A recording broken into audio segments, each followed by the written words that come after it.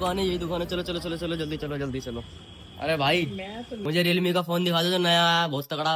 अच्छा जी भाई रियलमी का फोन ये फीचर बताओ, उसके फीचर बताओ जल्दी। फीचर ये लो, फीचर दिखाएंगे, फोन बढ़िया चीज देख लो गाइस कितना प्यारा है। नाम तो मैं इसका आपको लास्ट में ही बताऊं। बायोगैस सिलिकॉन बैक है इसकी, क्वाड कर्व डिस्प्ले और इतने पतले बेजल कहाँ मिलेंगे आपको। जूम इतना कि चांद के दाग भी दिख जाएं। ये देखो इसका रिजल्ट, कैमरा ऐसा जो डीएसएलआर फेल कर देते। खुद का एआई है इसके पास, जो बोलोगे वो कर देगा, जैसे एआई इरेजर। ये देखो